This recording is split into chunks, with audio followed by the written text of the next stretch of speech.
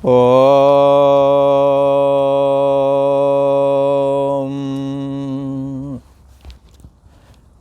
श्री योग वासिष्ठ के उत्पत्ति प्रकरण में श्री वशिष्ठ जी महाराज बोले, हे राम जी, यह मन ऐसे उपजता है जैसे गंधर्व नगर होता है। गंधर्व नगर आज तक बना नहीं। आकाश में नगर की कल्पना कई बार उठती है, तो उस कल्पना को गंधर्व नगर कहते। मनः कल्पित नगर, ये वास्तव में कोई वस्तु नहीं। ऐसे ये मन भी जो उत्पन्न हुआ है आत्मा में, ये ऐसे ही है। जैसे पानी में जो लहर उत्पन्न हुई है, ये लहर है तो पानी रूप ही, पर लहर लहर कहते हैं। पानी यदि निकाल लिया जाए तो लहर कुछ अपने आप में बचती नहीं। श्री वशिष्ठ जी महाराज कहते हैं, ऐसे ही मन उपजा है जैसे गंधर्व नगर होता है, जो स्वयं में अपने आप में कोई वजूद नहीं रखता, उसके द्वारा बनाया गया अहमता और ममता रूप जगत कैसे रहेगा। इसी कारण बंधुओं, मन के द्वारा नाते रिश्ते बनाए जाते हैं। और आप देखें, जितने नाते बनाए गए, कल को वो नाते कैसे हो जाते हैं, प्रभावहीन हो जाते हैं। जैसे कभी आपके मामा आदि आते थे, वो ऐसा लगता था ये हमारे मुख्य रिश्तेदार हैं। पर जब उनकी बेटियां और उनके बेटे जब उनके रिश्ते आ गए तो वो छूट जा रहे हैं, नए बने जा रहे हैं। क्यों? यदि सच्चे अर्थों में होता तो वो जरूर रहता। जैसे उदाहरण के लिए आपके शरीर में बचपना आया, यदि सच्चे अर्थों में होता तो रहता। भाषित हुआ था, गया। बचपना गया, जवानी आई, जवानी भी ना रही। बुढ़ापा आया, बुढ़ापा भी ना रहा, शरीर ले करके गया। और जो रहने वाला है वो बचपने में के जाने पर भी बचा, जवानी के जाने पर बचा। जवानी गई और बुढ़ापा आया, इसको जिसने जाना वो शरीर के जाने पर भी बचता है। को देवा, वो कौन सा देव है?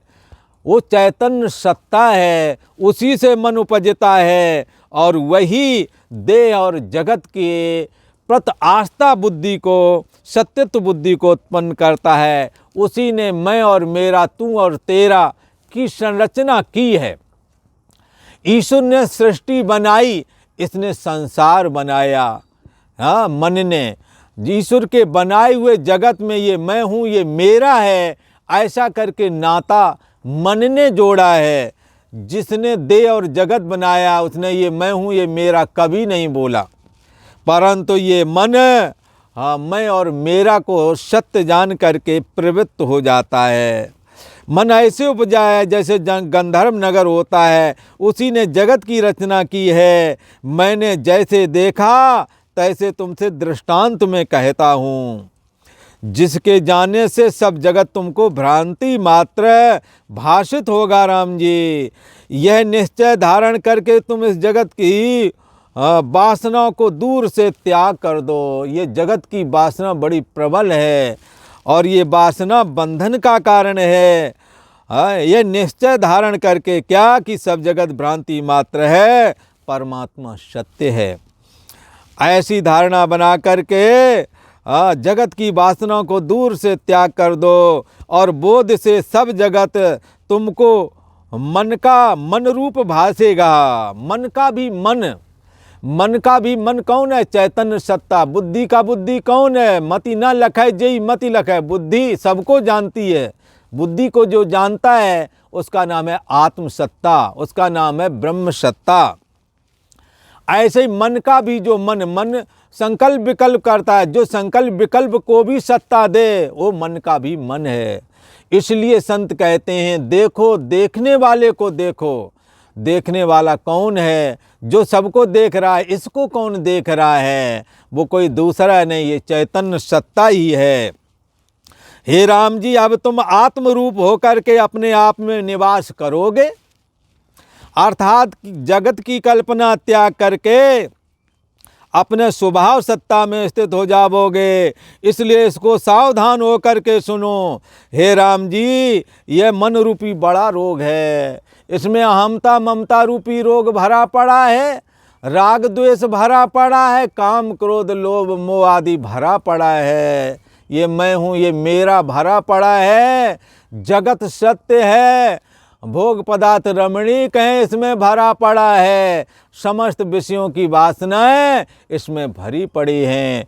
जैसे कपड़े के अंदर से सूत निकाल दें तो कपड़ा गायब हो जाता है, ऐसे ही मन के अंदर यदि एक एक करके समस्त वासनाओं को निकाल दिया जाए तो मन अमन हो जाता है, मन मनन कला से रहित हो जाता है। मनस्य अमनी भावे द्वैतम नैवोपलभते है। ये मन ही ये द्वैत रूप जगत खड़ा करता है। जब मन अमन हो जाता है, यत्र यत्र मनो याति तत्र तत्र समाधयः। जब मन अमन हो जाता है तो जहाँ जहाँ भी मन होता है, क्योंकि मन में जगत अब है नहीं, जो मन जगत भाव से रहित है वो मन निर्विकल्प कहलाता है।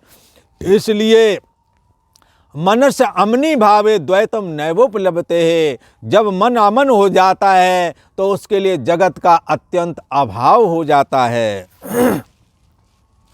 हे राम जी, ये क्या है? मन वासनाओं के ढेर का नाम, क्या है? वासनाओं के ढेर का नाम मन है। जब तुम आत्मरूप होकर अपने आप में निवास करोगे तो मन अमन हो जाएगा। मन की समस्त वासनाओं को निवृत्त कर दोगे तो इसमें मन सर्वाधिष्ठान, इसी मन में सर्वाधिष्ठान ब्रह्म में हूँ ऐसा भाषित होवेगा। तुम अपने को मन का भी मन रूप देखोगे, आत्मरूप होकर के अपने आप में निवास करोगे, जगत की कल्पना त्याग करके आत्म सत्ता में स्थित हो जाओगे। इसलिए सावधान होकर के सुनो। वशिष्ठ जी महाराज कहते सावधान होकर के सुनो, अपने चित्त को एकाग्र करके सुनो। हे राम जी, ये मन रूपी बड़ा रोग है, इसलिए विवेक रूपी औषधि से इसको शांत करना चाहिए। इसको थप्पड़ घूंसा मार करके नहीं दुरुस्त कर सकते, इसको विचार रूपी औषधि से ही शांत किया जा सकता है। हे राम जी, सब जगत चित्त की कल्पना है, वास्तव में वह शरीर आदिक कुछ नहीं।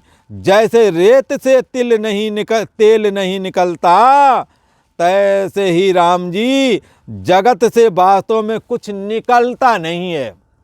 जैसे केले के थंब को, केले के पेड़ के पत्ते निकालते जाओ अंदर कुछ सार नहीं निकलता, ऐसे ही इस संसार में भी पढ़े लिखे ब्याह शादी किया, सब कुछ किया, अंत तो गत्वा कहें कबीर अंत की बारी, और हाथ झार जैसे चले जुआरी, कुछ हाथ नहीं लगता। अपने अनुभव बुजुर्ग लोग जब बच्चों को बताते हैं तो बच्चे उनकी बात सुनने को तैयार नहीं है। वो कहते तुमने तो मौज मारी, हमें रोक रहे हो, जबकि वो कहते हैं कि अरे इस घर गृहस्थी में भी हमें कुछ नहीं मिला, ईमानदारी का जीवन जियो, बेईमानी में कुछ नहीं रखा, ये सुनने को तैयार नहीं। चरित्रहीनता मत करो, इससे हानि ही हानि है, इसमें भी कुछ रखा नहीं है, नहीं मानते हैं। इसलिए जैसे रेत से तेल नहीं निकलता, तैसे ही जगत से वास्तव में कुछ हासिल नहीं होता। अंत में अपने कार्यों को अपूर्ण छोड़ करके और अतृप्त हो करके इस संसार से वो लोग चले जाते हैं जो परमात्मा चैतन्य सत्ता रूप भगवान श्री हरि का चिंतन नहीं करते, जो उस आत्म सत्ता को श्वासे अभिन्न होकर के अनुभव नहीं करते, वो हाथ झाड़ जैसे चले ज्वारे। इस परम चैतन्य सत्ता को जानने के लिए ही ये मनुष्य जीवन मिला है। इसलिए इह चेद वेदी अथ सत्वमस्ति न चेद वेदी अथ महति विनष्टि। अगर इस चैतन्य सत्ता को जान लिया तो ठीक है, नहीं जाना तो महान हानि की है। इसलिए वास्तव में शरीर आदिक भी लेने से, वास्तव में शरीर आदिक भी कुछ नहीं है। जैसे रेत से तेल नहीं निकलता, तैसे वास्तव में जगत से कुछ मिलता नहीं है। ये जगत चित्त के द्वारा भाषित होता है और कभी बचपना जवानी बुढ़ापा जैसा एक जैसा रहता नहीं। ये जगत कभी स्थिर नहीं होता। यह चित्त, वह चित्त रूपी संसार स्वप्न की नहीं है। वह चित्त रूपी संसार स्वप्न की नहीं है। ये जो चित्त के द्वारा संसार दिखता है, ये स्वप्न की तरह ही है। ये स्वप्न की तरह ही संसार को समझना चाहिए। अपने समस्त कार्यों को करे, परंतु हृदय से सदा असंग रह करके इस सत्तात्मक परमात्मा का चिंतन करना चाहिए, जिसको श्री वशिष्ठ जी महाराज ने भगवान श्री राम जी के प्रति उपदेश किया है। और आज इतना ही, आगे का प्रसंग आगे के एपिसोड में सुनने को मिलेगा।